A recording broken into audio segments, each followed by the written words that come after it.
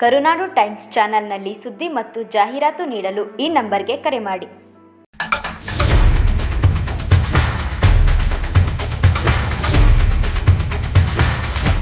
CC ಕ್ಯಾಮೆರಾದಲ್ಲಿ ಸೆರೆಯಾದ bike ಕಳ್ಳರ ಕೈಚಳಕ.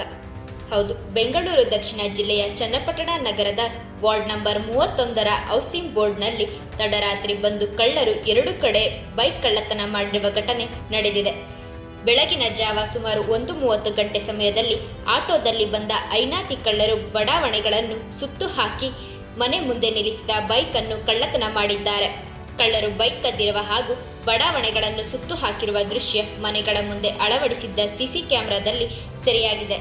ಸುಮಾರು 1:30ಕ್ಕೆ ಬಂದ ಕಳ್ಳರು 3 ಗಂಟೆವರೆಗೂ ಬಡಾವಣೆಗಳನ್ನು ರಸ್ತೆಗಳನ್ನೆಲ್ಲ ಸುತ್ತು ಹಾಕಿ ತಮ್ಮ ಕೈಚಳಕ ತೋರಿಸಿದ್ದಾರೆ.